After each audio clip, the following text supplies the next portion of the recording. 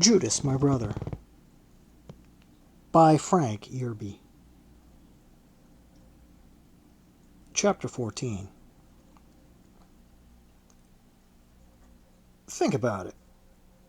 There are layers, depths to any relationship between two human beings.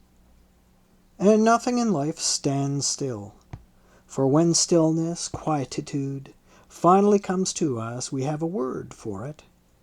We call it by the name that fits it. Death. Granted that there was no going forward with what existed between Claudia and me.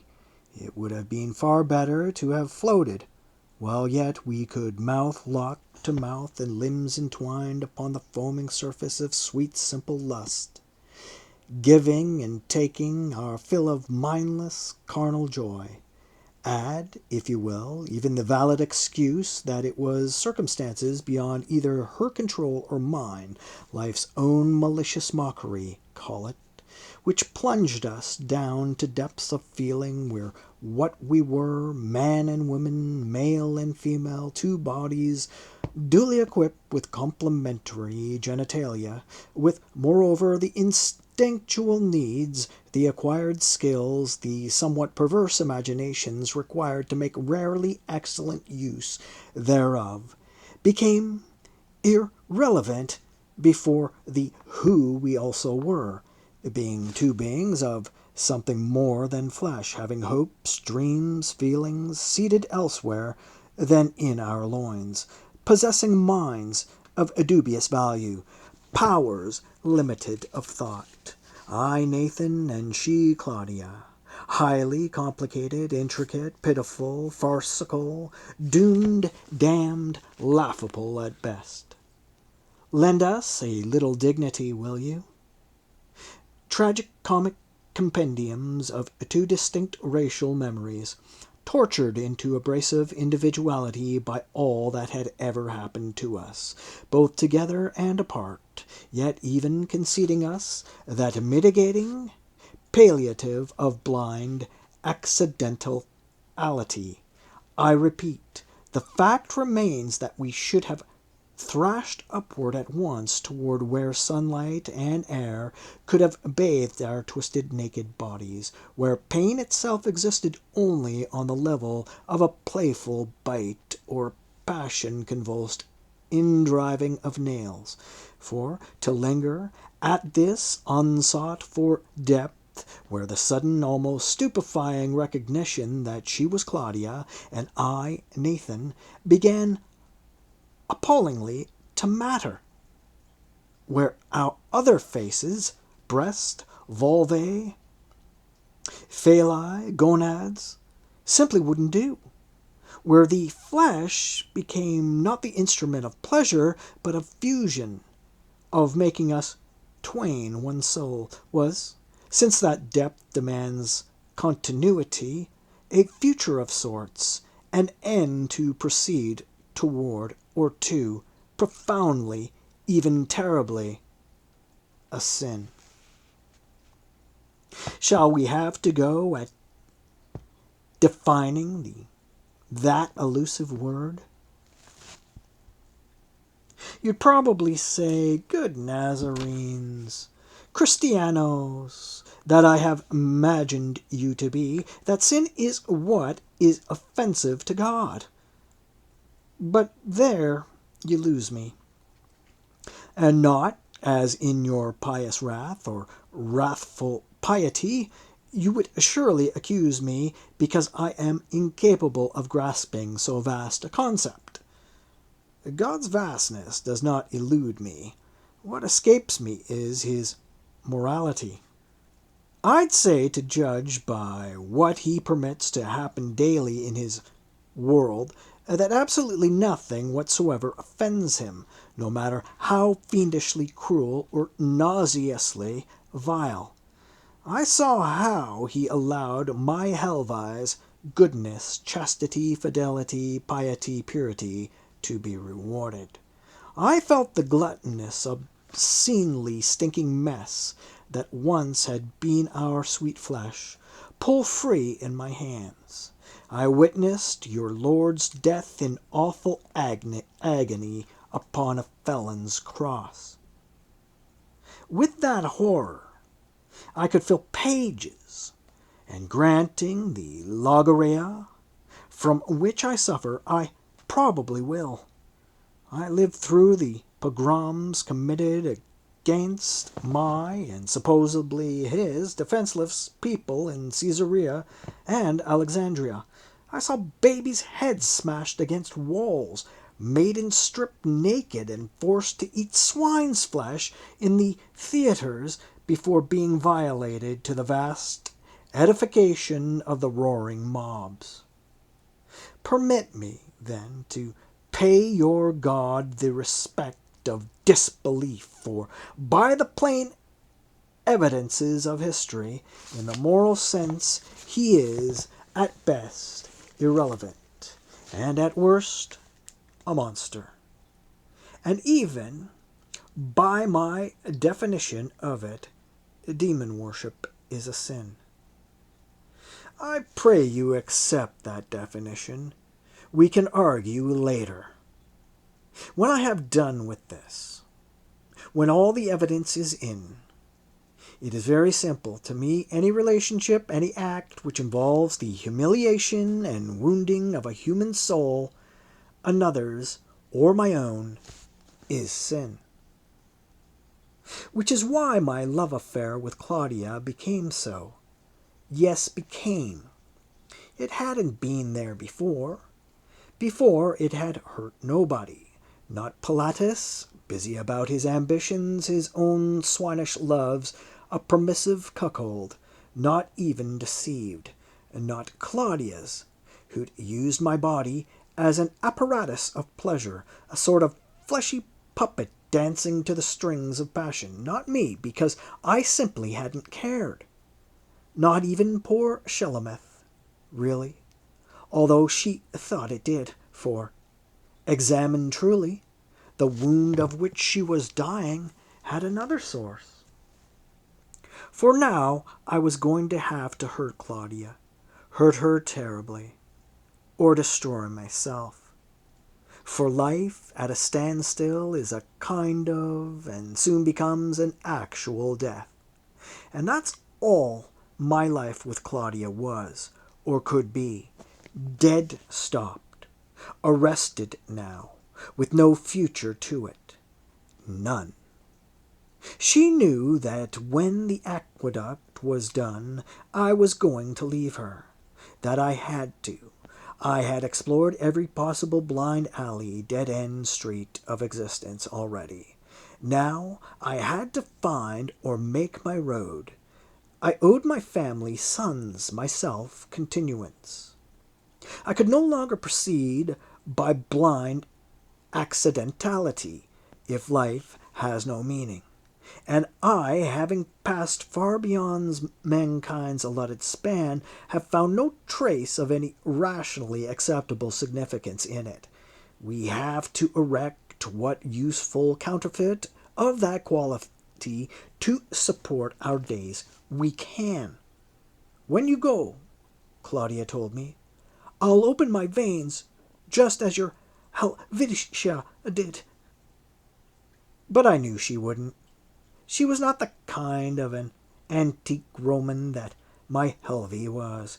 She'd go on living, after a fashion, slip from one facile love to another, as a well-worn coin slips from hand to hand, until even the image, the numerals upon it, are eroded away by too many, too easy contacts that haven't even the virtue of hurting a little, that blur in the mind, that wear down smoothly into nothingness. At least I had given her a memory, sharp-edged, hurtful, rimmed about with pain, as she had me.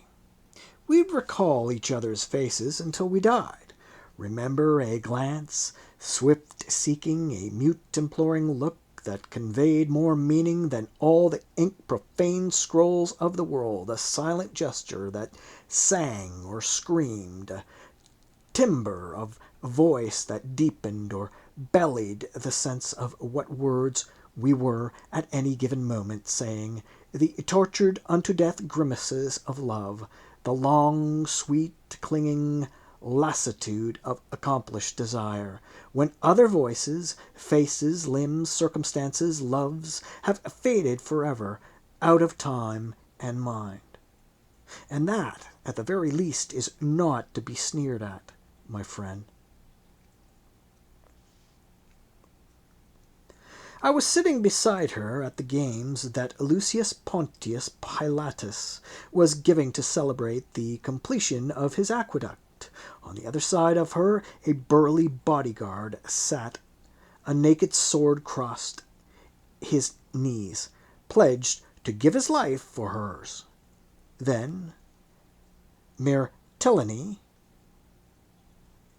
beyond her husband, the general Malvidius, another guard, then Pilatus. Behind us, all the seats were filled with guards in civil dress. To our right and left, the same. It made general conversation difficult, but it allowed Claudia the opportunity to both do and say to me things she shouldn't, that were useless now, lacerating a gratuitous addition to already more than sufficient pain. But no zealot daggerman was going to get close enough to any of us to use his blade. Of that the procurator had made sure. And this Iohannes Baptistus Pontius, the duck said, in his heavy, dull voice. What of him? He said it like that, combining the Latin form of the name Johannan with the Greek word Baptistus. He had to. There was, at that time, no word for Baptist in Latin.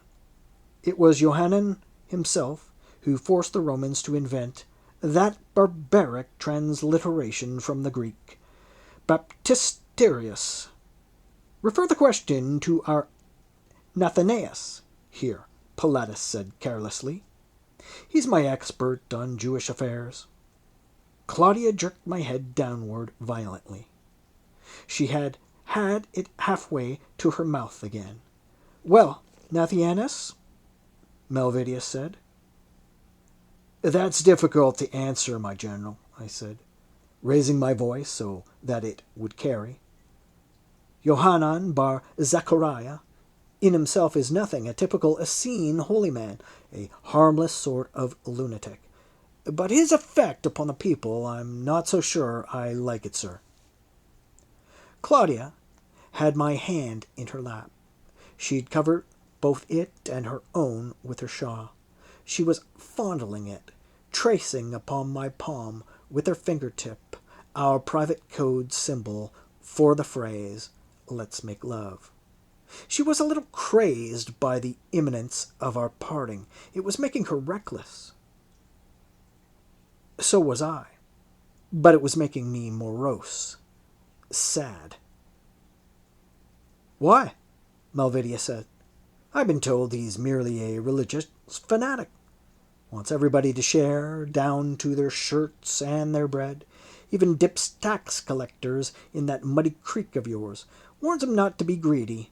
Baptized a few legionaries. Told them to stop extorting and bullying. Damned if I see the harm in that. The man's not one of these political rabble-rousers who... Pilatus threw back his head and laughed aloud. My dear Malvidius, he said, one can see you haven't been in Judea very long. It's impossible to separate religion and politics here. To a Jew, his state is a theocracy, his only ruler. God, that awful, invisible, untouchable, tasteless, odorless God. Only a Jew who doesn't stink. Their God, saving Nathanaeus here. and he's more than half a Roman. Oh, but you're wrong, Epitropus, Mertalene said. He does have an odor. He smells of perfume. Claudia's. Does he steal it, or do you give it to him, dear? I apply it to him personally, Claudia said. All over. Good, Pilatus said with perfect equanimity. I hereby commission you head perfumer of the realm, my dear. You may proceed to scent them all. The harm, my general, I said quickly, trying to head off a screeching catfight, lies not in the Baptist's teachings, but in his prophecies. It seems he predicts the immediate coming of the Messiah. I didn't say Messiah. I said Greek word Christos. They both mean the anointed of God, but whether Greek-speaking people understand by Christos what we do by Mashiach, I do not know, considering what the Christiani, Ecclesia, teach now. I doubt it. That's another thing I don't understand, Nathianus, Malvidius said fretfully. This Christos of yours, one is forever hearing of him. Who is he? What's he supposed to do? Cut our throats, Pilatus yawned.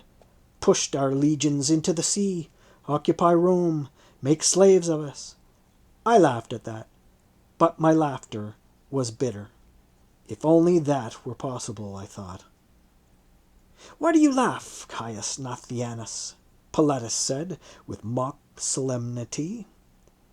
Do not your holy writings say, on him was conferred sovereignty, glory, and kinship, and men of all peoples, nations, and languages became his servants. He quoted that in Greek, of course, from the Septuagint, because even as far back as the time when Ptolemy Philadelphus reigned in Egypt, there were enough of our people who'd already lived in that country, mostly at Alexandria, so long that they'd forgot Hebrew, making it necessary to translate the Holy Scriptures into Greek for them. That happened about 250 years ago. It's a good text. I like it. But I was a little astonished to find out that Pontius Pilate had gone to the trouble to read the Septuagint. He was seriously trying to understand us better. If so, knowing him as I did, it was very likely for the purpose of discovering a subtler, more effective means to provoke us into the revolt that would give him excuse to slaughter us to a man, starting with me, of course. But two can play at that game of quoting scriptures, at which, I'm told, even the devil is adept. Or, if you will, great Epitropus, I said evenly, our scriptures also say this. Who could believe what we have heard, and to whom has the power of our Lord been revealed? Like a sapling he grew up in front of us, like a root in arid ground, without beauty, without majesty, no looks to attract our eyes, a thing despised and rejected by men, a man of sorrows and familiar with suffering, a man to make people screen their faces. He was despised, and we took no account of him. And yet ours were the sufferings he bore, ours the sorrows he carried. But we thought of him as someone punished, struck by God, and brought low. Yet he was pierced through for our faults, crushed for our sins. On him lies a punishment that brings us peace, and through his wounds we are healed. That also is our Mashiach, Pilatus, the suffering sacrificial lamb taken upon himself the sins of the people, being slain for. By force and law he was taken. Would anyone plead his cause? Yes, he was torn away from the land of the living for our faults, struck down in death. Doesn't seem to me you Romans have much to fear from such a Messiah, does it? On the contrary, I'd think I got no further, for my words were drowned out in the roar of the mob. The games had begun. At that same precise instant, I saw Shulamith. She'd come late with Telemarchus.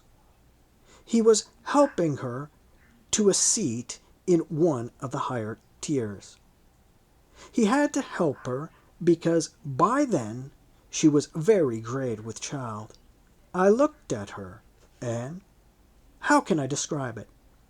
How can I tell you how I felt? Or what? For the sexual relationship has occupied the quills of men ever since humankind learned to draw, much less write. Perhaps because it is the greatest, the most terrible of hungers, but more, I think because it is so many-sided, touches every other conceivable aspect of life.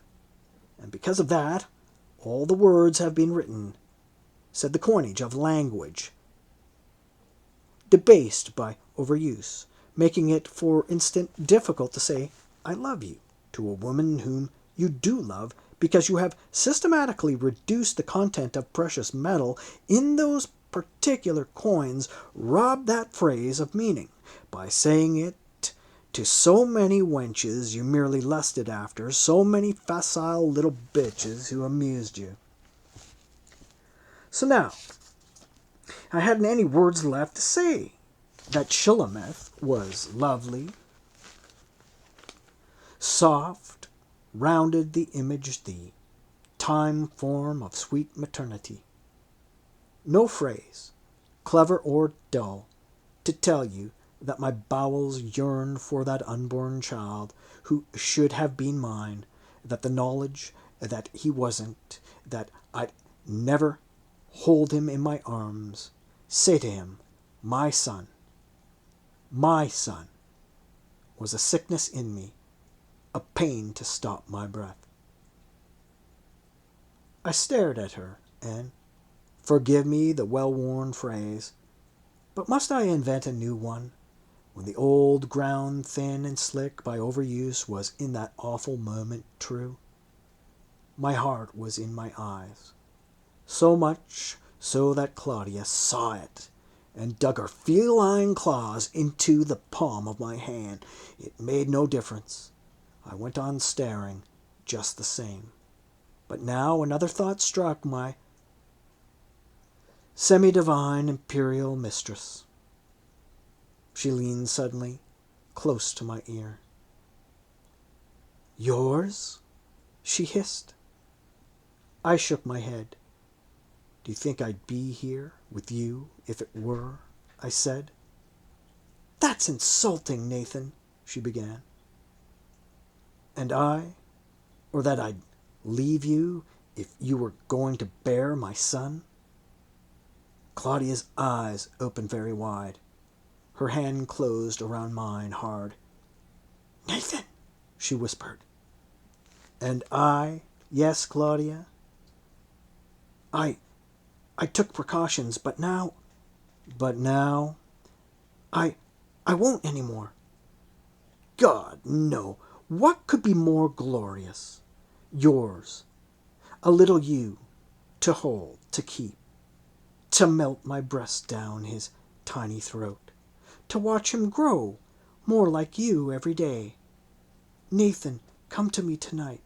Come and help me make a god, because he will be. Beautiful like you, fierce like you, tender. I shook my head. No, I said. And she? Why not? I'll not give Pilatus the son he cannot sire himself, I said flatly, nor risk that a man-child of my loins might sit one day upon the throne of that monstrous perversion of power into crime that Rome is. My son, if I ever sire a son, will be a priest of the Most High God, the God I don't believe in. Perhaps that will be some recompense, some atonement for my unbelief. What think you, my dove? I'll leave him, Claudia wept. I'll come to you, live with you openly, be your wife. Do you know how long the life we'd have together would last? I said. Yes, she said bitterly. 5 minutes, or less. Yours, at least. He'd have to kill you then. He couldn't face a public scandal. But he wouldn't dare kill me. I'd have to do it myself. And I would.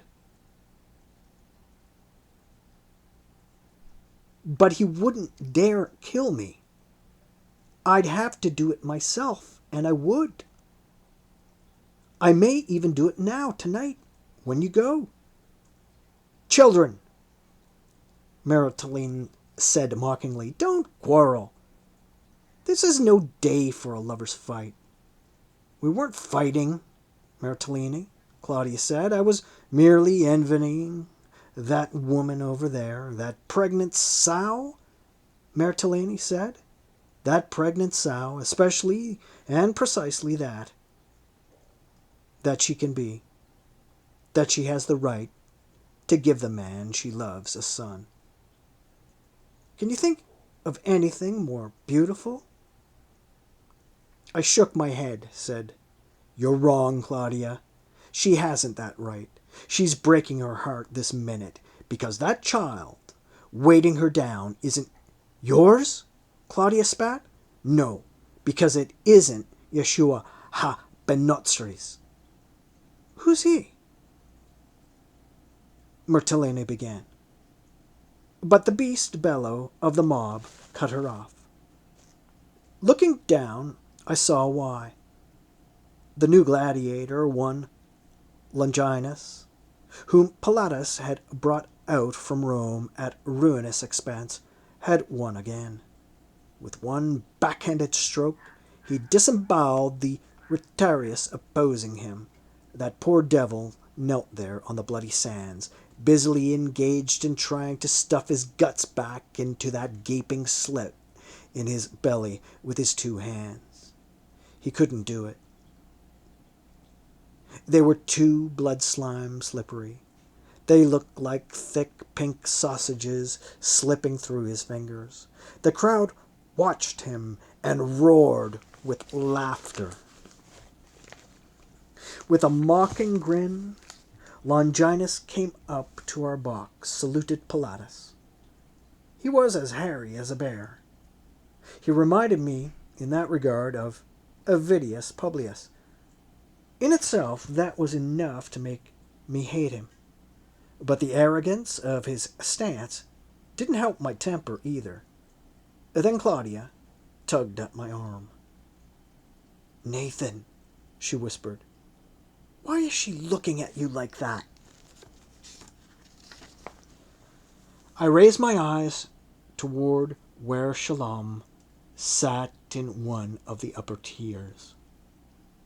She had a seat at the end of the row, next to the stairway, so I could see her well. Her face was absolutely gray. Even from that distance, I could see her lips trembling. I knew why at once. I had been a retiarius. She'd even seen me fight as one. She was putting me, in her imagination, in that poor dying devil's place. Then Pilatus gave the expected signal, the only one he could give now. That was a mercy. Police verso. Thumbs down. Leisurely, that hairy bastard sauntered over to where the pain-crazed dying retiarius knelt, clutching at his blood-slimed guts and screaming. And instead of drawing his sika and plunging it into the retiarius's throat, providing him thus a quick and merciful death, he gave him another end, just as quick and perhaps even more merciful. But to look upon a horror. That is, he swung his gladius with sickening force and cut off the kneeling man's head. It rolled mouth open in a silent scream that, lacking lungs, no longer had air to give it sound, eyes glaring in ferocious anger upon death, blood pouring from the severed neck. I turned, looked up at Shulamith. She had hid her face, was leaning up against Telemarcus's, shuddering. And quite suddenly everything got to be too much.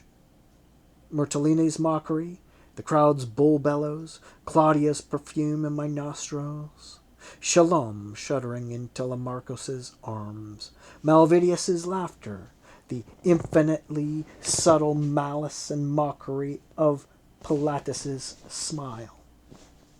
I stood up, ripped my tunic over my head, then, stark naked, I leaped down into the arena. Longinus stared at me.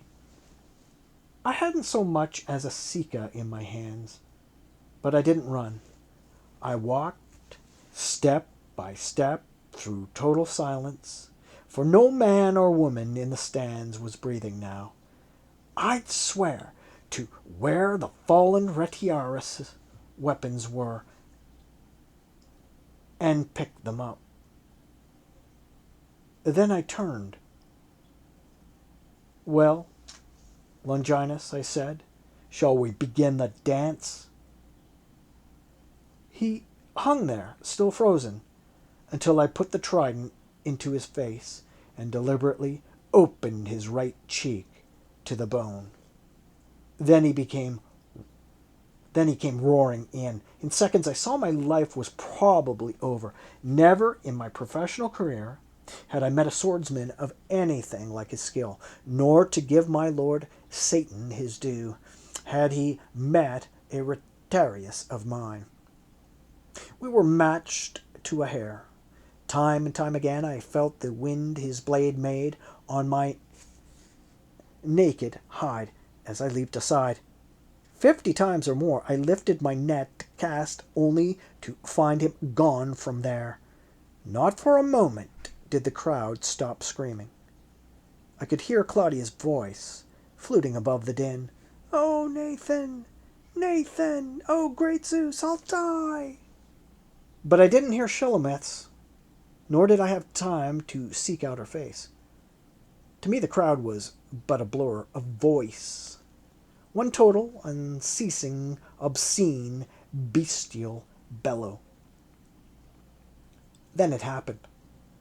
By accident or design, Longinus had worked me into that part of the arena where my predecessor had been butchered, and nobody had had time to cover his thick-pooled blood with sand, as was always done between the bouts. I stepped into the ropey, thickening mess. My foot slipped. I went down. At once Longinus was upon me, his gladius shortened for the fatal stab. I heard in that immeasurably brief fracturing of the stuff of time Claudius screamed, tear the day apart. It saved my life. For the quality of it, its unbelievable anguish, horror, grief, so shrill you felt it like slivers of glass slammed into your ears. A real and unbearable physical pain paralyzed every man and woman there, including Longinus. Briefly, of course. For the barest subdivision of a second, but long enough for me to ram a kick up between his thighs and almost emasculated him, and to roll free just as his blade bit the earth at the exact spot my throat had been before. He staggered away, his face white with the agonizing pain he must have felt, and I set my net a-whirl, released it, let it soar, and murdered him, quite coldly. He was out on his feet. I pushed all 3 tines of the trident through his neck, sent him over backward, pinned him to the earth. Then I looked up. I couldn't see Claudia. The reason I couldn't was that she was bent far over with her head down between her knees to keep herself from fainting. I raised my eyes upward toward where Shulamith could have been. She wasn't there either. And Telemarcos was running like a madman down the tiers, hammering people out of his way with both his fists and screaming, "Shulam! Shulam! Oh, dear God!" The crowd was on its feet, roaring, applauding me. But where Telemarcos plunged downward, a little knot of people were bending over something in the lower stands. Over Shulamith. When she'd seen what had seemed to her, as it had to all the spectators, except those directly in front of the place where I had fallen, Longinus's murderous thrust strike home, she hadn't screamed. She had merely stood up, hung there with her face graying out of life, swayed, tottered, put out her 2 hands blindly as if to seek support, bent forward, leaned, loosened all over, gave and pitched headlong down the stairway between the seats for fully 20 tiers. I saw them pick her up. From the way her left arm dangled, I knew it was broken. All the lower part of her skirt was soaked with blood. I stood there, watching them, bearing her away, but I couldn't move. I wanted to, but I couldn't. Then my knees turned to water. All the bones in my legs melted, and I was lying on the ground, pounding the blood-soaked earth with both my fists, and screaming the way the other retiaras had when Longinus had spilled his guts for him. No, worse. Louder. Shriller. More terrible.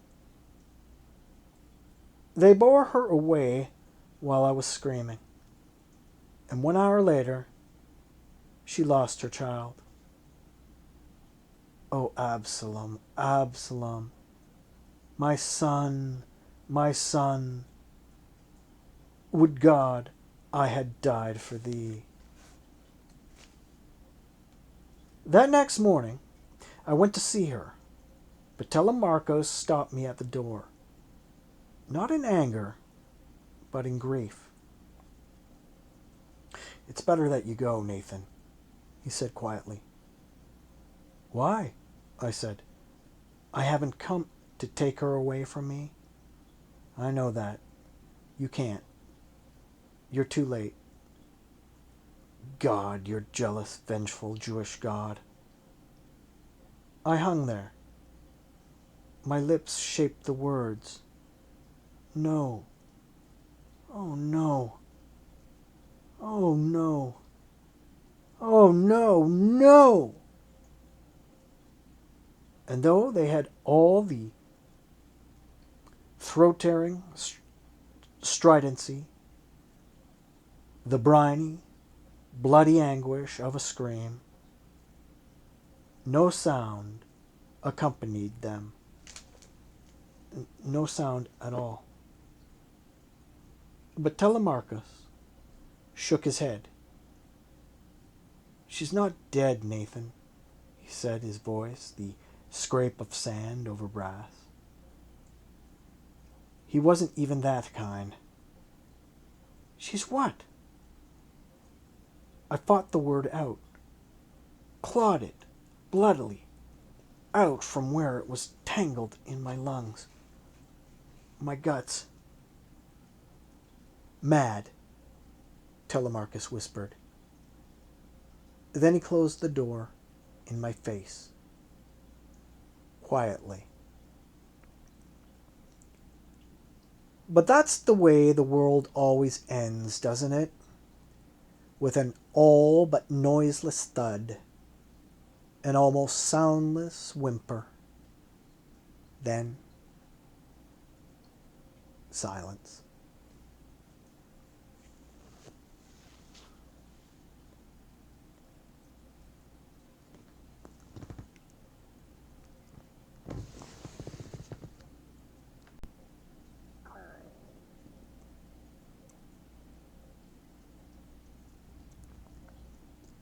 Judas, My Brother, by Frank Yerby. Chapter 15. It wasn't until the next morning that an idea penetrated my thick cranium, which, if I had any brains at all, would have occurred to me in the first place, if, as all the people who'd been close to her swore she had. Shelomith had fainted and fallen down those stone stairs between the rows in the stadium at Caesarea because she'd thought me slain. Might not I, by presenting her with the irrefutable proof her eyes had deceived her, restore her to her senses? I leaped from my bed, threw a short tunic over my body, rushed out into the street, and stopped dead. At this hour, Telemarchus would be on duty before the praetorium. Shalom would be alone, except for her maid. And oddly, instead of seeming to me a divinely glorious opportunity, the whole thing seemed rather, in some vague way, wrong. Now, I'll admit the ethics of the whole matter were damnably obscure. Shelomith was Telemarchus's kept mistress, not his wife. Moreover, he'd robbed me of her by telling her the strict and literal truth. For me to have married Shelom would have doomed us to exile, because we couldn't have lived in the land of Israel with all that was against us. We would have starved. Besides, I'd cost him a child, a son. That he had 5 others by his wife made no difference. Any man would have put a bastard got upon Shalom before a prince born of a queen. Any man at all.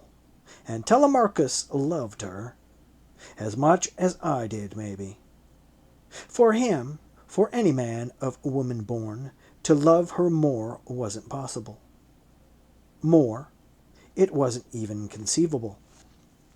He'd robbed me of her, but I had returned the compliment 1,000-fold. I'd robbed him of their child, him of her, the world of her of herself. I wouldn't try to take her away from him now. The only thing I wanted to do was to see her, try to restore her, nothing more. So I couldn't go sneaking into his house like a thief. I go to him, get his permission first, tell him why. He came out of the guardroom at once, walked with me down the palm-shaded street, heard me out. Then he said, "You're wrong, Nathan. By your awful God, if I thought it would do any good, I'd send her to you. I'd give her up completely. If saving her required my life, I'd open my veins here now on this street. You've known her. You know that any man who has been blessed with Shalom's company, her company, damn it. Not the other, although she has no equal in that either, as you know." I shook my head. "I don't, Telemarchus," I said. "Ha! Late for gallantry now, Nathianos," he grated. "Why lie to me? You and she. Never. By the honor of my mother, by the ineffable name of God, I swear it." He stared at me. A long time. A very long time. Said with commiseration, compassion, even pity, "You poor bastard. You poor, poor bastard." Then she said the same thing, but I didn't believe her. "You should have," I said. "No matter. Shalom is an angel, a trifle soiled, fallen if you will, but an angel. I'd do anything for her. Anything, Nathan. And that anything includes giving her to you. If I thought it would help. But it wouldn't. In fact, it would make her worse. Which is why I tell you now that if you go near her, I'll kill you. Not out of jealousy, but because the sight of you would take away the last hope I have of saving her." I looked at him, said, "Why would it, Telemarcus?"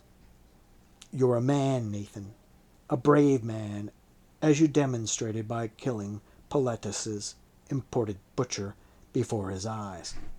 So you can stand the truth. She didn't love you. She doesn't love me either. But she was fond of me. She was not fond of you.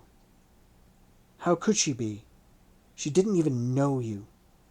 Your identity was never clear to her. She confused me with Yeshua ben Yosef, Yeshua of HaNotzri. I know that, Telemarcos. You know it? But have you grasped all the implications of it? When she went down that stairway, and I wouldn't swear she didn't throw herself down it deliberately, she screamed not your name, but his. She didn't go mad yesterday, Nathan. She has been sliding out of reality, out of this world, a long time. She is delicate, dainty, fine. Don't look at me like that. That business of whoring was self-punishment for the sins of her youth, hot blood and inexperience pushed her into. The inexperience that kept her from being able to distinguish between men and swine. Like that, Antonius. That prevented her from realizing that human beings, even such miserable examples of so-called humanity as Ish, Crayoth, are not to be used. So she learned what shame was, and being by nature immoderate in all things, she converted shame, which is permissible, even necessary, into self-loathing, which is neither. So, I said, to punish herself, she turned to whoring? Exactly. And it nauseated her. So once driven by despair, by self-hatred, into that life from which there is no escape, you know, Nathianos, she evaded it by training her mind to leave her body, to abandon it, so that there's nobody home when all the filth goes on. She told me that once, only she trained it too well, and now it has abandoned her for good. Months ago, I found out that she'd come to believe that our baby was miraculously conceived, that I'd had nothing to do with it, that a cloud of light came down from heaven and hovered about her, and he was in her womb, tiny and pure and immaculate, with all the sweat, the panting, and the stink left out. Her little Yeshu. My God, Telemarcus said. She told you that too? No. She said that of the original Yeshua. The man she's in love with. That's her theory of how he came into the world. Do you know him, Telemarcos? Know him? No. I've seen him, yes. And I've a much simpler theory of his origin, which is, your father was a Galilean and lived near Nazareth. I shook my head. Yeshua's and I were born the same year. I in Jerusalem, he in Nazareth. My father had left Galilee long before, and until this business of our demonstration before the Epitropus here, I know for a certainty he's never been back. Then your uncle, for Zeus is thunderer, take it, if you and he aren't twins. Nor that. My uncle's an upright man, Telemarchus. All right, he said grudgingly, but there was something, some sort of scandal. Nobody knows any more what it was. I've heard that Joseph, the carpenter, was on the point of putting her by. Something about a Roman soldier called Pantera. A lie. A calumny. You don't know Miriam. I do. All right. But I was born here, Nathianos thought. I'm a Greek. I know your customs as well as I do our own. Why was it, then, that Yakub, the second son, was dedicated to the priesthood from his birth and not Yeshua? You Jews always dedicate the firstborn male of your house to God. I stood there, staring at him, appalled. He'd hit home now. I'd never thought of that.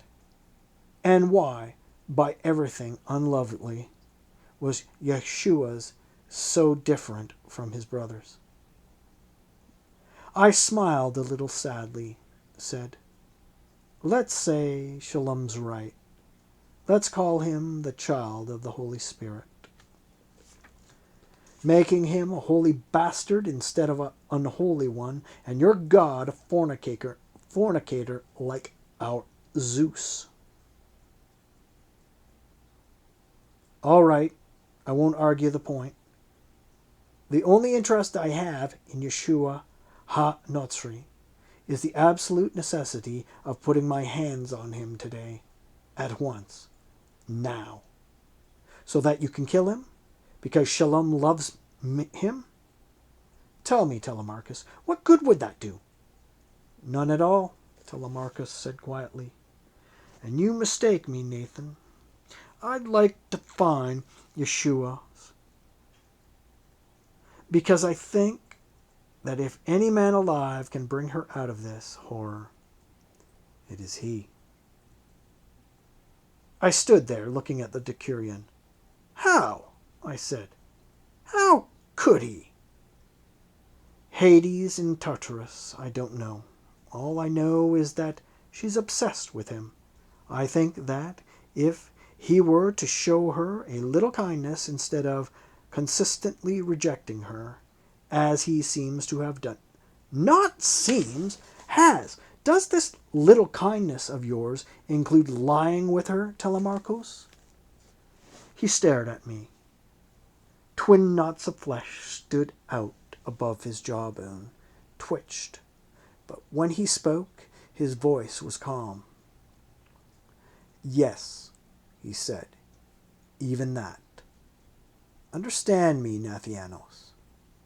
It is Shalom I'm trying to save, not my mistress. Giving her up would be a little like dying, no more than a little. But you see, I love her, and love has nothing to do with possession. If I have to go through life seeing her married to you or to him, if it takes that to make her happy, neither is possible. And I don't think happiness exists in the sense you romantics believe it does. Contentment, yes. A sort of not too abrasive resignation. But happiness, no. And we reach a man's estate the day we accept the fact that we've got to live without it. That it isn't even necessary. Spare me your sermons, priest, he said. You said that it wasn't possible for either you or him to marry her? No. Telemarchos, my friend. It isn't. I can't because she doesn't even love me. And making use of me as a fleshy icon in substitution for the worship of her God wouldn't help her madness. You pointed that out yourself a little while ago. True. And he has surely taken a vow of perpetual chastity. He has never been known to frequent women. Never. Ha! Telemarchus said. That merely means he frequents boys. It's one or the other. A man has to have some outlet, normal or perverted. He has to. And sometimes both, I smiled. But Yeshua's? No. Neither one. I'd stake my life on that. Perhaps Shalom's right. Perhaps he wasn't the result of ordinary human copulation. Perhaps that cloud of light did come down and dung, Telemarchos said. Ass's dung at that. So you think that he wouldn't help her? If it comes to making the beast with two backs with her, no. Apart from that, yes, surely. He's the kindest human being I've ever known, and the strangest. If you're willing to take the risk that this absolutely mad passion Shalom feels for him won't get worse and drive her even further out of her wits than she already is, I'll find him for you. I'll ride up to Nazareth today and... But Telemarchus shook his head. It's not that easy, Nathianos, he said. Do you think I haven't sent for him already? You mean he refuses to come? Refuses? No, of course not. I mean, he isn't in Nazareth. He isn't even in Galilee anymore. He left here the day before those accursed games to go down to Judea to be baptized by the new wild man of yours. Then I said, it's merely a matter of waiting until he comes back, and he glared at me like a wild man himself. Waiting, he said. She sits up in bed with a bundle of rags in her right arm. The one that's not broken, not in splints. She sings to it, Nathianos. Croons lullabies. Calls it her little Yeshu. Puts it in her breast. Frets because it doesn't suckle enough. Yahweh, Elohim, and Adonai. And whatever else you call this invisible, faceless, eyeless, blind monster of a god of yours. You think I can stand that? I'll go mad too. I will, Nathan. It's killing me. And there, in a public street, dressed in full legionary's armor, though he was the decurion, Telemarchos bent his head and cried. I put my arm about his shoulders. Don't weep, Telemarchos, I said. I'll find him. I'll bring him to you. He looked up at me, his strong face streaked and wet. When? He said. As soon as I find him. I'll leave within the hour. And it shouldn't be difficult. The mobs that follow Bar Zachariah are too great that finding the holy man will be easy. Surely. But Yeshua's, the decurion said, he's been gone 3 days. Walking. I'll be riding, Bidu. Bidu? He said. My Arabian mare, given to me by the brigand Bar Abbas, swiftest creature you ever saw. I'll probably get there before he does. He looked at me then, and asked me one more question, the bitterest of them all.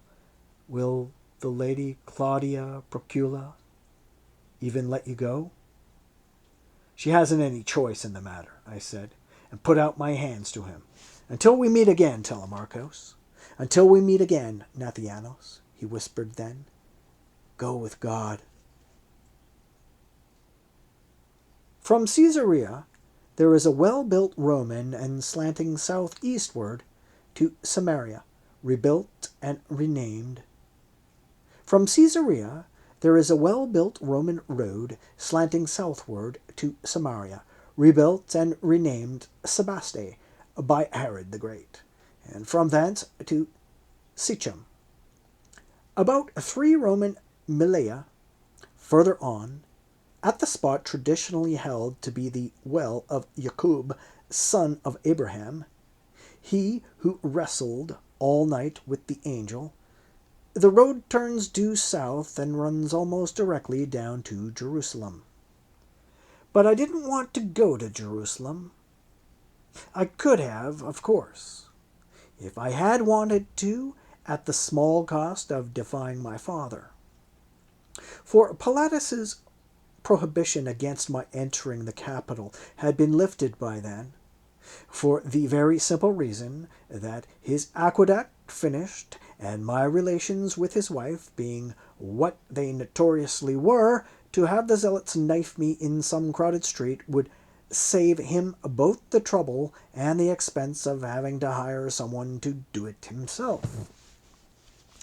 But it wasn't either my father or the zealots of Barabbas had convinced me that I had nothing to fear from them, which kept me out of Jerusalem. Rather, it was my pride.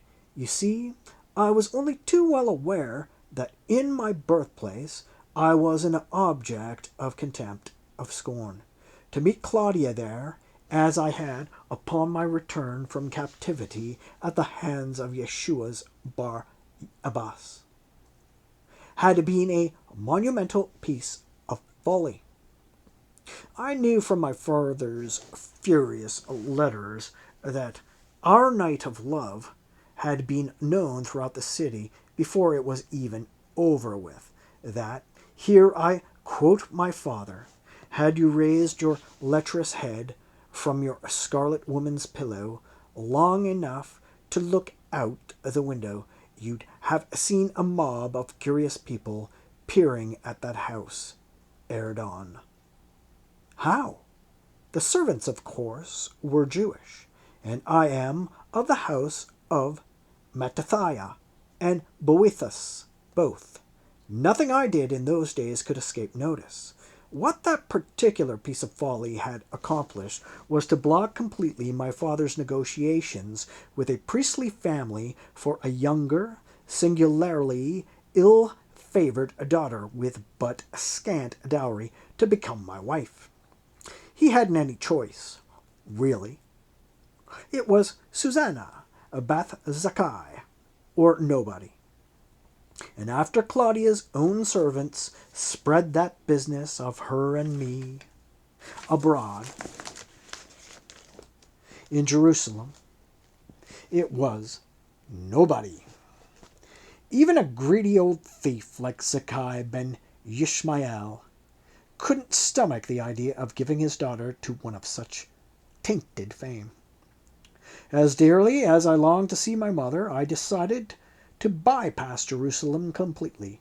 I knew where Yohanan bar Zechariah, called Baptistus, was, more or less. He was in southern Perea, the lower end of Herod's Antipas's tetrarchy, on the far side of the Jordan. More specifically, those of whom I had inquired told me he kept close to the place called Bethania, which was not the Bethania of Bethany, from which Shalom came, but only crossing place in the river itself, and not a village at all. For had it been a village, that wild man Yohanan Baptiste would have had nothing to do with it. So when I got to Bethel, I deliberately cut cross country until I came to Jericho. There I watered my mare Bedu, the sweetest, most docile creature I've ever known, the only female I have ever met who didn't give me trouble, and ate a frugal meal of wine, bread, cheese, and dates. I was tempted to linger, for Jericho is a garden spot, presenting one of the loveliest vistas known to man, and I was very tired. But Telemarchus's description of Shelomith cuddling a bundle of rags, crooning lullabies to that pitiful substitute for the child I'd cost her, rose up and tiptoed through my mind, with icy feet setting me a shiver. I mounted once more, took the Gilgal road, and crossed the river by the Bethania ford itself. As I had anticipated, finding Yohanan the baptizer was no problem at all. But what I'd known from the first was going to be a problem. That is, finding Yeshua among all the other idiots surrounding that raving lunatic was an impossibility. I couldn't get anywhere near Yohanan, not that I wanted to, for I'm sure, had that been possible, his smell would have distressed my nostrils as much as his aspect did my eyes. He was truly a madman, a savage creature. Great matted black beard, a lion's mane of hair, dressed in absolutely filthy camel's wool, with a broad leathern belt about his waist, bony arms and legs as hairy as a monkey's, altogether a most unappealing sight. But having nothing to stuff into my ears, and not being, at the moment at least, unfortunately deaf, I couldn't help hearing him. "Snake's brood," he was roaring. "So you've come to me, eh? Trying to get out of what you've got coming to you. If you've repented, prove it. By the fruit it bears shall your contriteness be known. And don't give me that business that you're Abraham's children and that's enough to ensure your being blessed. I tell you that from these stones the Almighty can raise up children unto Abraham." That last phrase was beautifully turned. You can't do it so well in Greek. In your language, stones are pitroi, and children, padia or euoi. So it doesn't work out. But in Aramaic, stones are benim, and children benim, making a wordplay that came over with terrific force. The people roared at it. Yohanan went on preaching what he'd always preached. He'd repeated it so often by then that it must have been graven on his tongue. The barren tree, that is, he who produced no good works, was going to be cut down and thrown into the fire. The necessity of sharing our worldly goods, the wickedness of certain abuses, such as overtaxing, extortion, etc., etc., etc., and repentance. I smiled bitterly at that one. From what I'd seen of the rewards of virtue, it seems to me more logical to thoroughly enjoy one's sins. But now he was boring me. By the fruits of Tantalus, how he was boring me! I sat there on Bidou, gazing over the heads of that mob of bumpkins and morons, and my eyes closed. I was dead tired. I slumped there, half asleep in the saddle. Then a Galilean, who else but a Galilean, asked that question, committing mayhem and murder upon his helpless body of Aramaic as Galileans always do. And it woke me up. "Rabbi," the oaf cried out, "be you the Messiah? Be you the Messiah?" The silence at that was so thick I could feel it. It crawled like ants over the surface of my skin. I thought, "You ass! Don't you know you're asking him to condemn himself to the cross?" Because he was,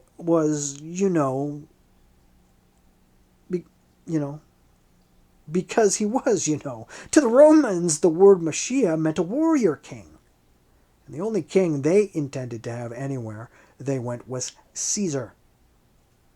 The bad part about it was that it meant the same thing to the majority of us as well. Yeshua's was the only man I've ever known who took seriously that passage in Isaiah I'd quoted to Pilatus at the games, which was the error he was to die of finally. Then Yohanan spoke. I baptize you with water, but he who will come after me is greater than I am. I'm not big enough to run behind him, carrying his shoes. He'll baptize you with fire, his fork's at hand, to winnow out the chaff from the good wheat. He'll put the wheat in his barns, but the chaff will be burnt in everlasting fire. Then, at that precise moment, to my surprise, for I had been sure it was going to take me far longer to find him, I saw Yeshua. He was standing a little way behind the Baptist, and that last phrase of Bar Zacharias had had a strange effect on him. His face had gone white. He had his eyes closed. He seemed to be praying. Come, Yohanan bellowed. Let us go down to the river. All you who have truly repented and want to be baptized, follow me. I rode along behind them, choking on both the dust they raised and their collective stench. I don't think you have any region in Grecia as dry as Perea is. It's all rock and low clumps of brush and blinding sun. A country for demons and for wild men like this one. I couldn't get anywhere near the baptismal place. Down near the river, of course, there were shade trees and green grass. But I tugged Bedou's head about and rode back to higher ground so that I could see it. The repentant sinners formed a line. They came to the wild man who was standing up to his breast in the muddy water of the Jordan. He'd say a word to each one as they reached him. Do you repent? I'd guess, and splash, down they'd go, to come up choking and sputtering with their sins presumably washed away. Some of the younger women were a sight to see when they came up out of the water with their wet robes clinging to every inch of them. I was beginning to enjoy this baptizing business. But also I was getting plagued, hungry. Then suddenly I realized the implications of my own instinctive reactions, and sat there upon Bedou, appalled. I had come down to Judea on a terrible errand, to find Yeshua's, so that he might, if he could, if he were able to, do something about Shelomith's blasted mind. I myself had been the cause of that madness. I had cost the life of an innocent, unborn child. I had left behind me still another woman, Claudia, weeping bitter tears.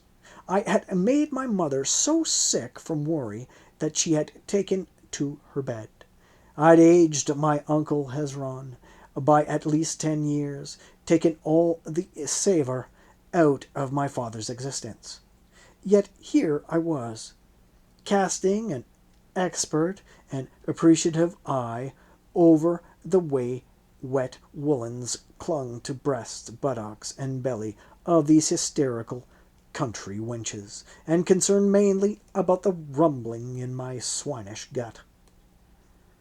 I threw back my head and loosed a peal of wry and bitter laughter. So be it. I was myself, and had to live with my lack of sainthood, of piety. Besides, if I fainted from hunger, as I was very likely to do in this waste of sand and rock, I shouldn't be able to accomplish my errand of mercy either. The problem was serious. Almost surely it meant that I was going to have to cross back into Judea and ride all the way back to Jericho again before I could sup. Oh well, I thought, I can hold out until I've laid hands on Yeshua. Take him back with me. Bedou can carry the two of us that far. Then I saw the boy.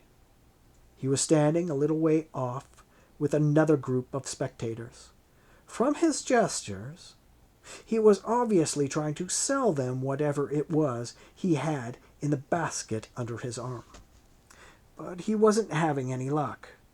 The Pharisees and the Sadducees both were too engrossed in the spectacle, clearly finding the watery circus as amusing, as ridiculous as I did. I called the boy over. As I did so, I noticed that Yeshua's was only 2 or 3 penitents away from Yohanan. So I roared at the little bumpkin. "What have you got in that basket?" "Pigeons." "No, sir, 1 pigeon. Sold the rest already." "For the sacrifices?" I said. "No, sir, to eat. My pa sends me out with 'em to sell to the pilgrims who come to the prophet." "What prophet?" I said. "Him," the boy said and pointed. "Pa says he's Elijah, the forerunner of the Mashiach. According to Pa, Elijah never died, you know." "True," I said solemnly. "He went up to heaven in a chariot of fire. So the bird's eatable, eh? Come on, let me see it." The boy opened the basket, took the pigeon out. It was a lovely plump creature, white-plumed and glowing. "How much?" I said. "A shekel," the boy said. That was outrageous. But I wasn't disposed to argue. I groped in my hand-embroidered purse Claudia had made for me with her own semi-imperial demi-divine hands.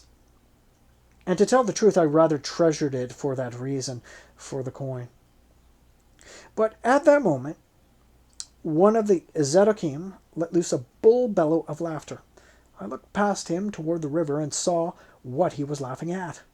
As the plump wench, just ahead of Yeshua's, in the line back, come up out of the Jordan, she had slipped and fallen back in again.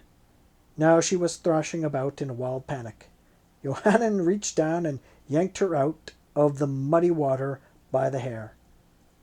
It was funny, and pitiful, and ridiculous, and sad, all at the same time, as most things human are. At that the Sadducee roared louder than ever. His guffaws startled Bidou. She danced nervously, and her flank banged into the boy. To keep himself from falling, he turned the pigeon loose. The bird leaped toward in a clacking and clatter of wingbeat, soared skyward, arrowy and swift. "Oh, Sheol," the boy said. "Pa'll have my hide." "No," I said. "Here's your shekel. It was my fault. I should have reined in my mare." "Oh, thank you, master," the boy said. I turned away from him.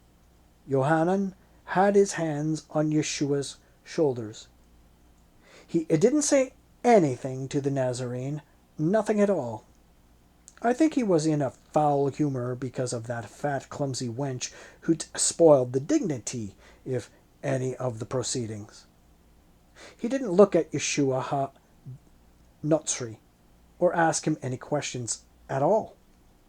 He simply slammed poor Yeshua down into the slow-moving, half-stagnant waters and brought him up again, which was why I think Yohanan had to send his messengers to Yeshua to ask him, "Are you the one to come, or are we to expect some other?" Certainly nothing about Yeshua struck or impressed the Baptists at the time. But then I heard an outcry from the people. A sudden shaft of sunlight had burst through the heavy dust haze of evening, and confused by it, my escaped supper fluttered downward so slow that he almost touched Yeshua's dripping head. Shaul, I thought, if Yeshua would just raise his hands a little, neither of us would have to go hungry tonight, because I'd share with him. Then the pigeon recovered its equilibrium, beat downward sharply with its wings, raced skyward, and was gone. Yeshua stood there in the Jordan, staring upward. From the expression on his face, I'd have sworn that the bird or something had spoken to him. But he came out of the river on the Jordan side, the opposite bank from where I was, and again I lost him in the crowds. You cannot possibly imagine how many thousands there were. Their numbers were symptomatic of something, of my people's weariness, born of centuries of oppression, of their soul sickness, of their need for surcease, for relief. In that 15th year of the reign of Tiberius, I shouldn't have liked for anyone to have compelled me to find him a Jew of Judea, or a Galilean of Galilee, whom any discerning physician would have certified as entirely sane.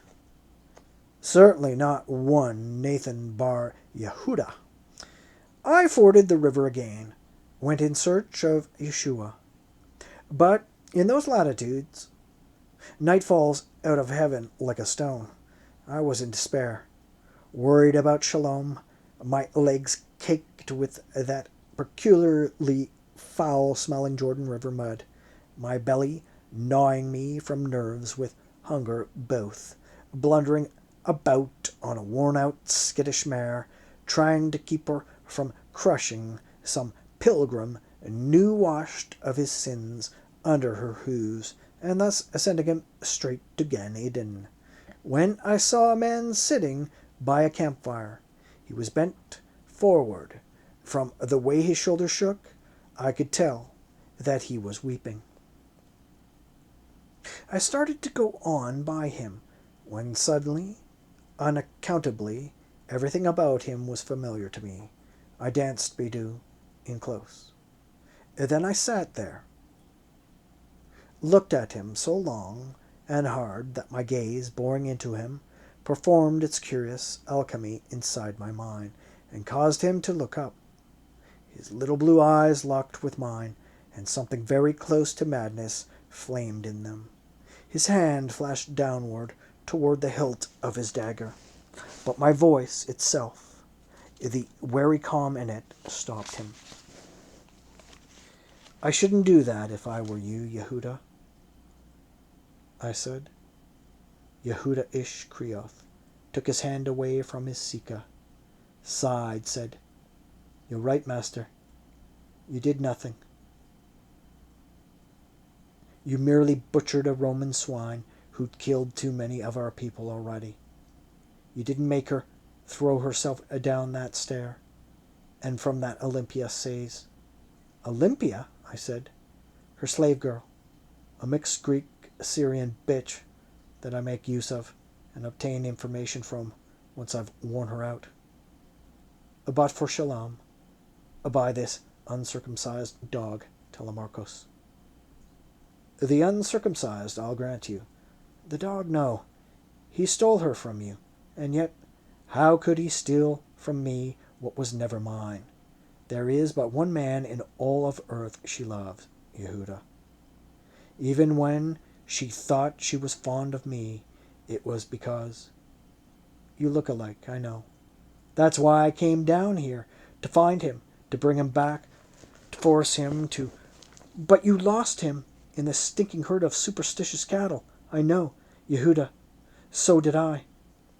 "But I didn't," Ishkaroth raged. "I found him, master. Only he... "What, Yehuda?" I whispered. "Refuses to come. Say Shalom can wait. That he must be about his father's business. And that business requires him to go and fast and pray in the wilderness of Judea. You know, that wild country near Lake Asphaltides, don't you?" "Aye," I said. "Farewell, Yehuda." "Nathan!" he cried. "My master! Where are you going?" "After him, of course. No man could live 1 hour in that country under a noonday sun, unless he finds a cave for shelter. And even so, there's no water. None at all. You go back to Nazareth, Yehuda. Tell my uncle Hezron I'll return as soon as I can." I spent the remainder of that night at the Essenes monastery at Kirbut Qumran. My ex-companions welcomed me back with simple goodwill, and at the first hint of dawn I began my search for Yeshua ha-Notzri. I didn't find him that day, nor the next, nor the next. But on the fourth day, the kites and vultures were circling above him, and that led me to him. You have no idea what that country is like. There is nothing worse, not even your Tartarus. Our Sheol or Gehenna combined couldn't begin to match it. The wind blows off the Dead Sea, laden with salt crystals, and half blinds your eyes within minutes. The sun is a naked, blazing ferocity. The rocks are all jagged sawtooth, destroying the stoutest sandals before an hour is out, bringing blood from a man's feet 2 minutes after the protection of leather is gone. And, as I told Ishkrioth, once the rainy season is over, there is not one drop of drinkable water to be found, not anywhere, from one end of that murderous waste to the other. So when I found Yeshua, he was a pitiful sight. He'd torn off strips from his robe and bound them around his lacerated feet. He wasn't even trying to walk anymore. He was sitting there under that blazing sun, talking to himself, or to something his heat-stricken mind told him was there. No, he was saying fiercely, "Get you gone, Satan. You shall not tempt the Lord your God." I went up to him and dismounted. I took him by the hand. He flashed me a smile of dazzling sweetness and said quietly, "I knew you would come, Sariel." I was so startled I almost dropped his hand, for Sariel is the angel of the presence. "Sariel," I said, "and that's great Metatron with you, isn't it? I give you greetings, angels of my father. Greetings to you, Michael, Gabriel, Raphael, Uriel, and Sandalphon. You came in time, Samael. Had me much troubled." He came with his host, Ashmodai and Lilith, the night-flying demon, were leading them. But I bested them. I bested them all. As I raised him up, my eyes were blind-scalded, both because I loved him and from the bitterness of my despair. How could a madman drive out a woman's madness? In the name of everything unholy, how? I got him up on Bidou somehow and mounted behind him, holding him up with my 2 arms about his waist. All the way back to the monastery, he babbled in his delirium, as the sun-stricken will, how Samael, Satan, had tempted him to turn stones into bread in order to still the pangs of his hunger, how he'd been borne aloft on Samael's black wings and shown all the kingdoms of this world, how Satan had promised him dominion over them all, if he'd stoop that once to demonolatry, how the Lord of Evil had then set him upon the parapet of the temple of Jerusalem, saying, "If you are the Son of God, throw yourself down, for Scripture says, He will give His angels orders to take care of you, and again, they will support you in their arms, for fear you should strike your foot against a stone." Then I said to him, Yeshua's voice soared up rich and strong, "You are not to test the Lord your God." "I know," I whispered. "I heard you, Yeshu." By the time I got him to the monastery, he wasn't raving anymore. He was unconscious, slumped over against my arms, so that I had all I could do to hold him in the saddle. At my outcry, a crowd of novices came and lifted him down.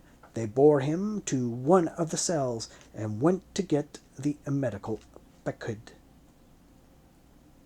That wise man looked at Yeshua and shook his head.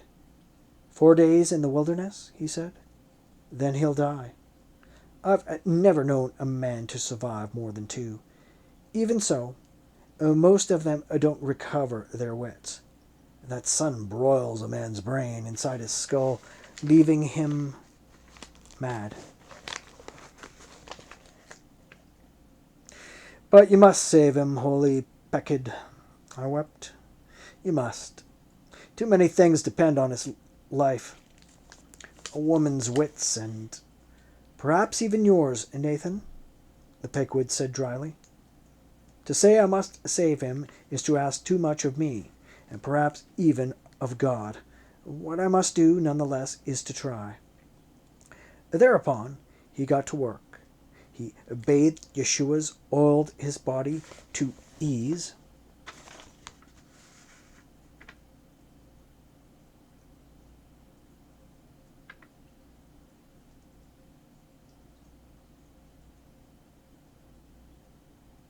To ease the terrible blisters the sun had raised on it, despite the fact that to oil the skin is against their teachings. Then he forced a few drops of water down the unconscious Nazarene's throat. He turned to me. "I charge you, son Nathan," he said, "to give him 6 drops of water every 2 hours. Nothing more. If you give him more at any one time, he will go into convulsions and die. If you fall asleep and omit the water, he may die of dehydration. Can I trust you, my son?" "For him," I said, the way I said it, made of my question an answer. "Very well," the Pequod said. "If he regains consciousness, you can give him a spoonful. If he stays conscious, increase the amount by another spoonful every hour. Then in the morning, give him a cup of water.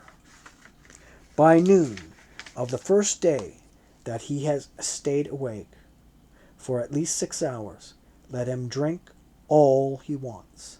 After that, you may feed him." "I thank you, Holy Pequod," I said. But it wasn't even that simple. Instead, it was a torture of waiting, a perfect horror of almost maddening alternations of hope and despair. Yeshua was unconscious 2 whole days and nights, except to answer the most pressing needs of nature. I never left his side during all that time. Even when I did, I had a novice to stay with him.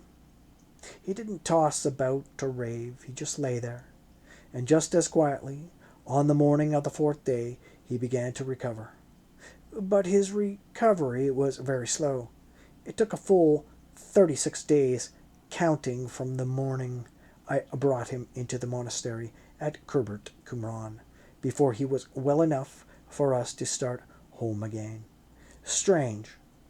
36 days in the monastery, plus the 4 he spent in the desert, suffering heat, hunger, thirst, sunstroke, delirium, madness, make a total of 40 days in the wilderness, just as your scripture says.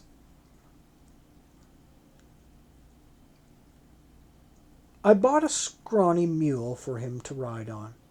He wouldn't let me buy a horse. He accepted the mule only on the condition that once he'd got back to Galilee, I should put that ugly beast out to pasturage long enough to cover its bones, and then work it on my uncle Hezron's place.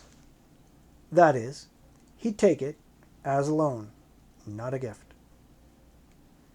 "You're too proud, Yeshua," I said to him. He shook his head, smiled at me. "No, Nathan, it isn't pride," he said softly. "You know me better than that.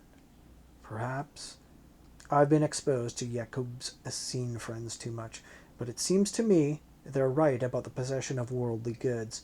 I don't need a mule. I don't need anything but time.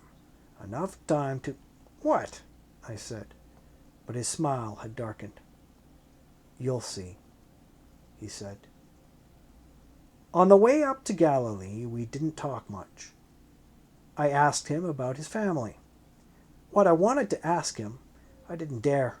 The truth about the mystery or scandal surrounding his birth.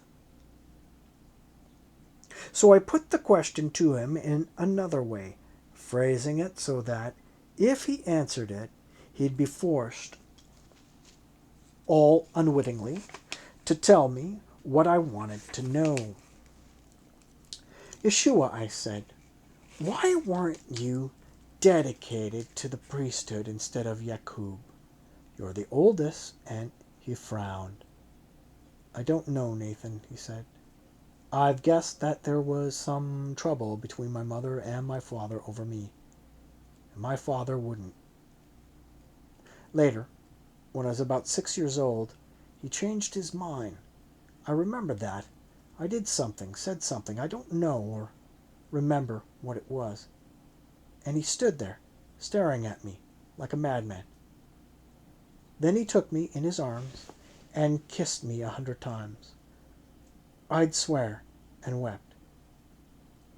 He kept saying, 'Yeshu, Yeshu, my son, mine.' Then he got up from there and went to look for my mother. I followed him. When I came in the house he was kneeling before, my mother was like a slave, kissing her hands and crying. I heard him say, 'Forgive me, Miriam. I've been a fool.' And then my mother raised him up and kissed him. She was crying, too. But you know her, Nathan. All she said was, 'What man isn't, Joseph?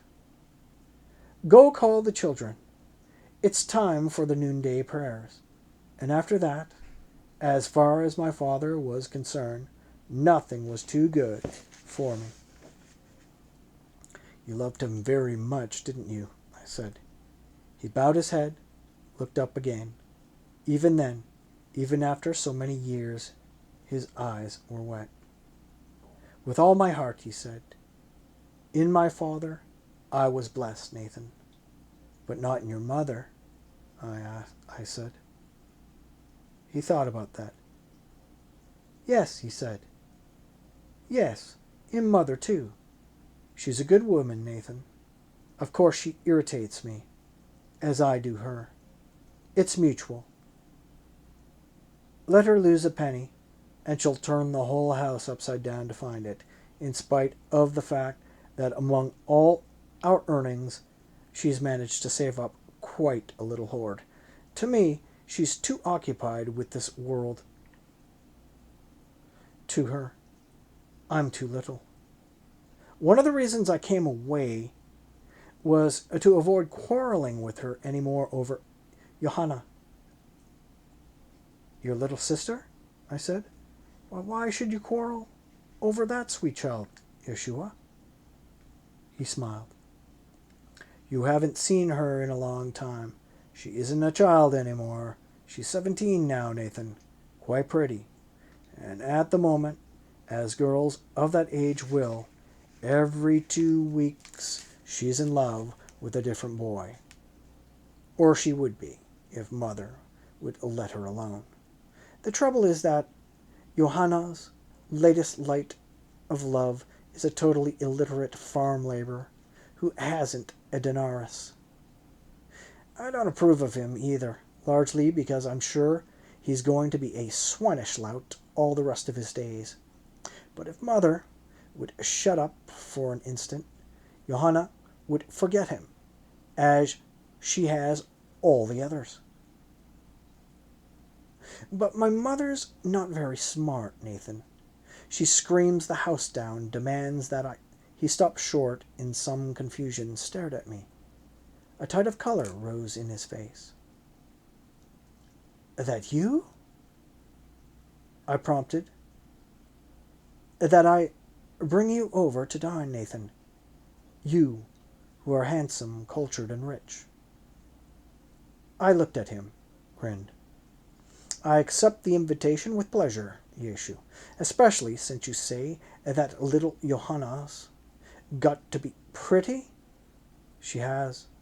Only, Nathan, my friends, you can't accept my invitation because I haven't offered it.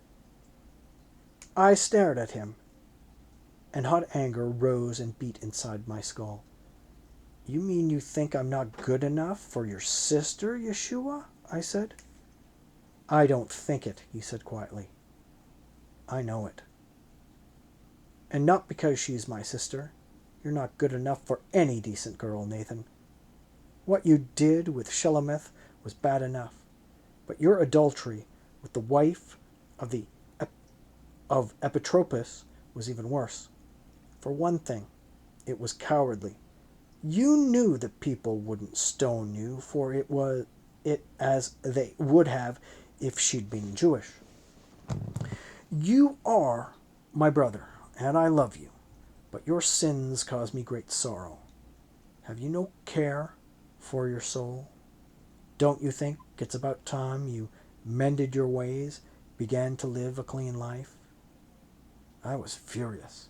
I opened my mouth to say, I saved your life, and now you reproach me?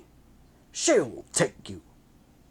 Yeshua, But I couldn't. I simply couldn't. The anger drained out of me. Under his gaze, with those great eyes of his boring into me, searching my soul, stripping it naked, all I felt was shame. Deep, abysmal, abiding shame. In a way, I had caused Helvi's death. I had killed, to my certain knowledge, at least 3 men. No, more, if I counted. As I had to now, those I'd cut down in the games at Rome. I had lost Shalom, her child. I had left Claudia weeping her poor sinful little heart out, totally disconsolate. In spite of myself, my eyes hazed over, salt-stung, half-blind, I bent my head. Then I felt his arm about my shoulder. Don't weep, Nathan, he said. I didn't mean to hurt you. You didn't, I said. You didn't, I said. Or at least you couldn't, if what you said weren't true. Swine have no mirrors, so they don't suffer from what they are, since they can't see themselves. But you turn your eyes on me, and they become mirrors, Yeshu. I see my soul reflected in them, and the sight's not pretty. In God's name, brother, what? Don't blaspheme, Nathan, he said. Why don't you go up into the hills behind your uncle's place and pray?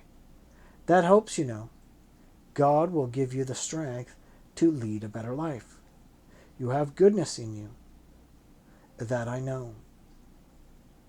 Yeshua, I said to him then. Yes, Nathan? If I demonstrate to your satisfaction I've reformed, would you withdraw your objection to my marrying Johanna? He smiled at me. How do you know you'd even want to? He said. You haven't seen her in years. Don't need to see her. That she's your sister is enough. I'll love and cherish and honor her all my days. He put out his sun-blackened hand and let it rest on my arm. Yes, Nathan, he said, though chiefly to give you some reason to try to lead a cleaner life. Beyond that, I can guarantee nothing. You'll also have to win her love. I warn you, that will be difficult. She, as who hasn't, hereabouts, has heard in great detail the story of your sins, including those I didn't even commit. I'm supposed to have fathered some Shalom, the child my folly caused her to lose, am I not? Yes, he said. I am guilty of Claudia, Yeshua. I'm ashamed of that, but I am. Of Shelomith, I am innocent. I swear that by the name. Don't swear, Nathan. It's an ugliness, and between us, unnecessary. I accept your word. Poor Shalom. I only hope I can help her. You can, I said at once. You have strange powers, Yeshua. You're the only person who can quiet Miriam, the Magdalene. When those Sebastian swine had bound me to the cross, she happened by and knelt and worshipped me in your name as though I were a god. She thought I was you. We do look alike, you know. Yes, he said. And when you've let your hair and beard grow as the law requires, we'll be even more entwined. As for Shalom, I'll try. But I haven't any strange powers, Nathan. Truly, I haven't. Oh, yes, you have, I said.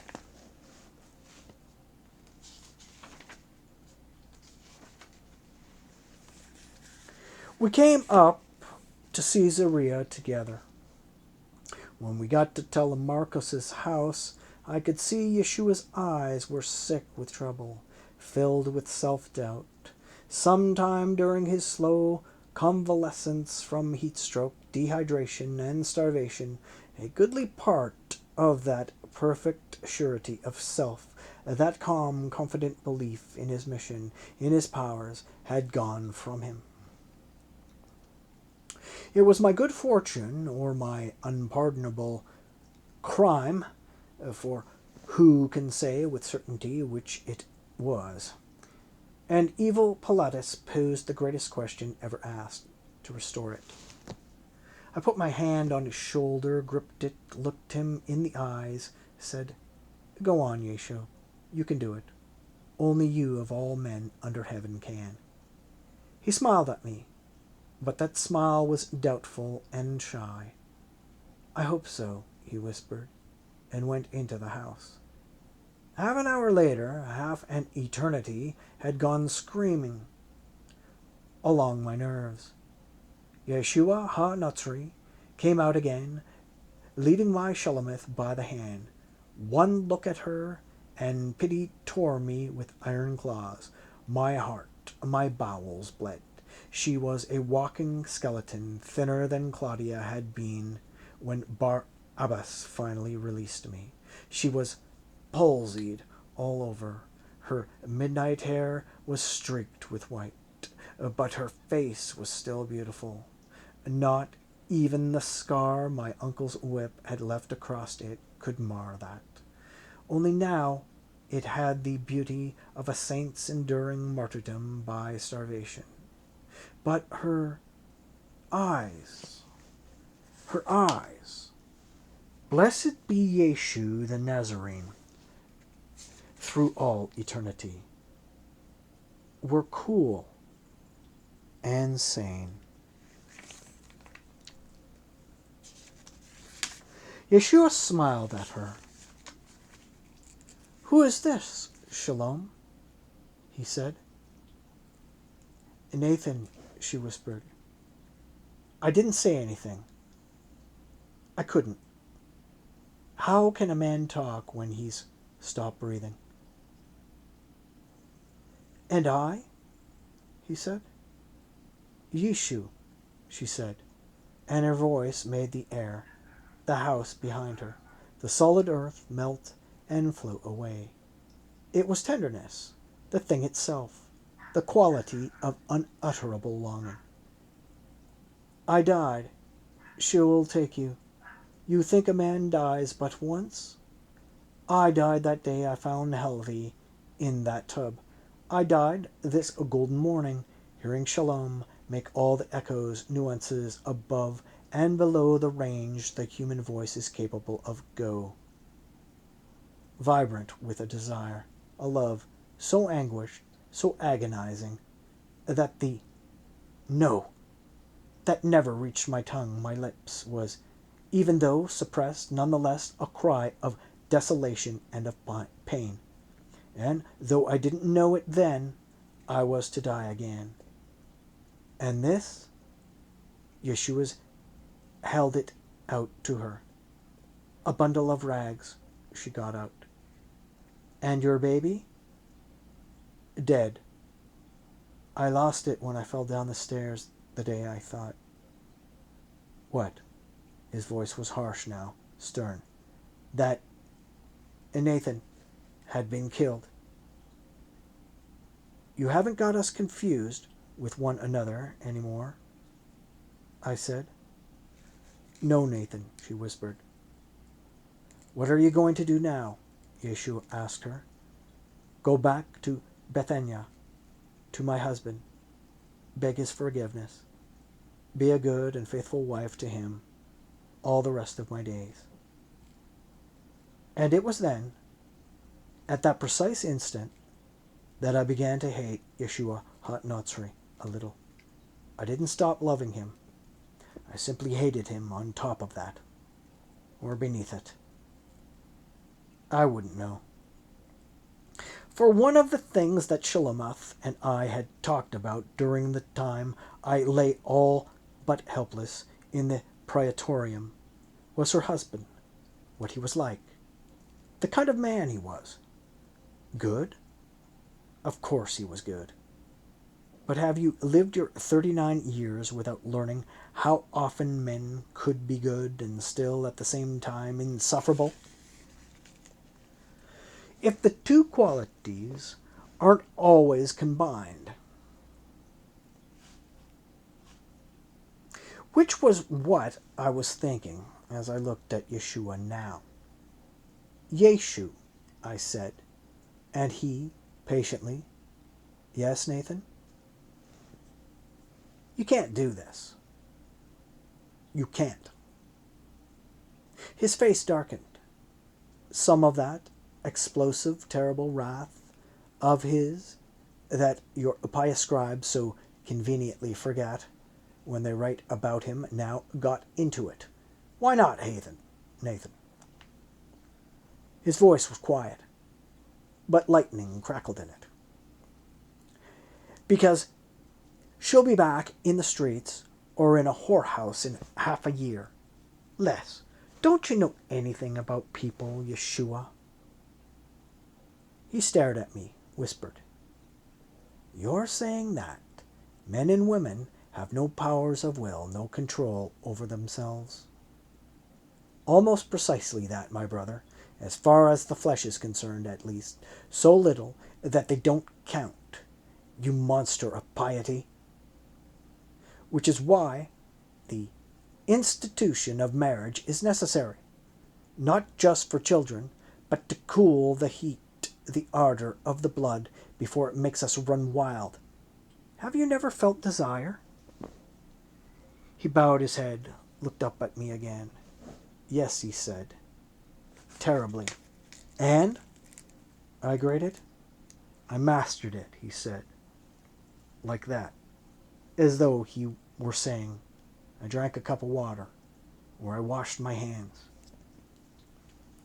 You aren't human," I howled at him. Then I heard Shalom's voice. No, Nathan. He's an angel. Half, anyhow. I told you that. He's a monster, I said. He'd send you back to an old fool 40 years older than you are, all but impotent, a bore, and what's worse, a talkative bore, who... Nathan, Yeshua said. Yes, Yeshua? Don't judge others unless you want to be judged yourself. I glared at him. I can stand judgment, Yeshu. I'm a sinner, all right. A lecher, a drunkard, a murderer, if you will, and an adulterer, but thereby human, thereby knowing, instructed by my own, that the flesh is weak and must be helped to virtue, not ordered to it. You demand perfection of people. I tell you, my brother, nothing's more cruel than that. You'd have me have Shalom lead blameless lives? All right, I'll tell you how, and only how that can be done. All right, he said evenly. Tell me, Nathan. Find me, help me find a wife. I'll love so much that I can see no other face. Don't expect a starving man not to steal. Obtain a divorce for Shalom from that ancient creaking fool her father sold her to because he was in debt, and the prospective bridegroom promised to pay his debts in exchange for his daughter. Then find her a young husband, handsome and gay, who'll tease her, pet her, sing love songs to her, wear out a mattress with her every night, so that the blood will flow sweet and quiet through her veins, and she'll stop dying by inches of love for you, my friend. I tell you. He looked at me, and his face was stern as our Lord's must have been on the mountaintop, as he gave unto Moses the tablets of the law. Marriage is sacred, Nathan, he said. Whom God hath joined together, man must not separate. I should have given up then, but I tried once more. Shalom, I said. You can't. You know you can't. She looked at him then, and her eyes were aglory. Yes, I can, Nathan, she said. For him. I can do anything. Then very quietly, she turned and went back into the house. Yeshua, I said to him, then, tears in my throat, almost imploring. You can't do this. You can't condemn her to spend the rest of her life with that pious old fool. He looked at me. Enough, Nathan, he said, and that terrible authority that he had in reserve always spoke to me out of his eyes like lightning, made brazen thunder of his voice. You can't not make of Shalom an adulteress again. You cannot make of Shalom an adulteress again. I won't allow it. For truly, I say to you, a man who divorces his wife and marries another commits adultery, and anyone who marries a woman divorced from her husband commits adultery in his turn. I gave up then. I, like all men born of woman, was powerless against him, when he stood tall in that power of his, that awful simplicity that cut through to the bitter bone of things, and counted not what hurt it did to tender flesh. All right, Yeshua, I said tiredly. Have it your own way, then. You aren't angry at me, are you? No, he whispered. I shot a glance at him and saw that he wasn't. That he'd one of his dazzlingly swift changes of mood that made him so different to understand. He was looking at me now with a questioning, speculative gaze, and I should have sworn some of that doubt of self I'd thought I'd ridden him of lingered still in his eyes. "Nathan," he said, "may I keep the mule until tomorrow?" "You may keep that ugly beast forever, as far as I'm concerned," I said. I was staring at the door, through which Shalom had gone. I pitied her with all my heart. "No, just until tomorrow," Yeshua said.